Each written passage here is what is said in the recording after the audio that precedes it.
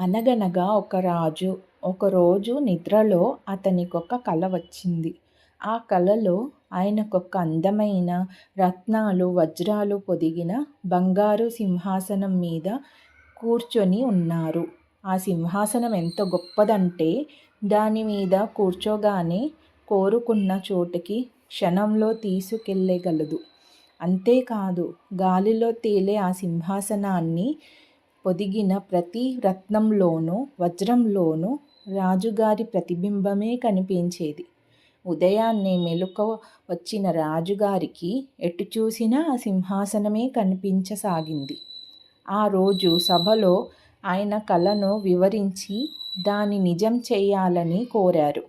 అది విన్న వారంతా గాలిలో తేలే సింహాసనంని తయారు చేయడం సాధ్యం కాదంటూ నచ్చజెప్పేందుకు ప్రయత్నించారు. రాయులు కోపగించుకొని, అదంతా నాకు అనవసరం. మీరేం చేస్తారో నాకు తెలియదు, కానీ నా కల నిజం అవ్వాలి.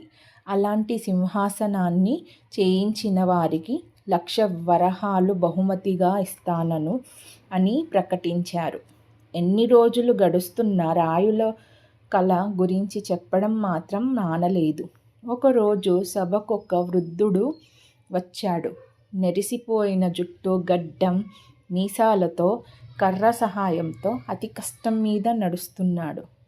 రాయల వారిని సమీపించిన ఆ వృద్ధుడు, నాకు అన్యాయం జరిగింది, న్యాయం చేయండి ప్రభూ అని ప్రార్థించాడు.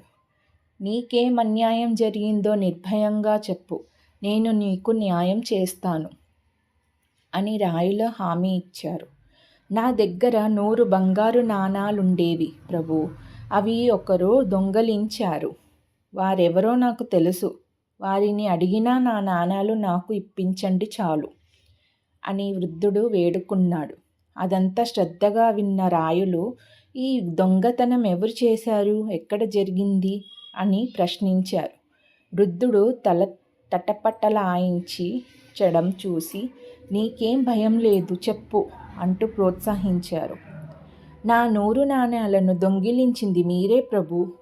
నిన్న రాత్రి నా కలలో వచ్చి మీరే వాటిని తీసుకెళ్ళిపోయారు అంటూ తన కలను వివరించాడు వృద్ధుడు. రాయలకు చాలా కోపం వచ్చింది. ఏమిటి ప్రేలాపన, కలలో జరిగింది నిజమనుకుంటే ఎలా అంటూ అసహనంగా వృద్ధుడి వైపు చూశాడు. ఈ మాట విన్న వృద్ధుడు తన గెడ్డం మీసం తీసేసి తన పగటి వేషాన్ని విప్పేశాడు. చూస్తే అతను తెనాలి రామకృష్ణుడు. క్షమించండి స్వామి, మీ కల నిజం చేయడం ఎంత కష్టమో నిరూపించడానికే ఇలా చేశాను అన్నాడు తెనాలి రామకృష్ణుడు. రాయులకు చాలా నవ్వొచ్చింది. ఇంత చక్కగా తనకు అర్థమయ్యేలా వివరించిన రామలింగడిని ఎంతగానో అభినందించారు. మీకు మా పోస్ట్ నచ్చినట్లయితే లైక్ మరియు సబ్స్క్రైబ్ చేయండి. మళ్ళీ ఆసక్తికరమైన వీడియోతో మళ్ళీ మీ ముందుకు వస్తాము. సర్వే జనా సుఖినో భవంతు. జై హింద్.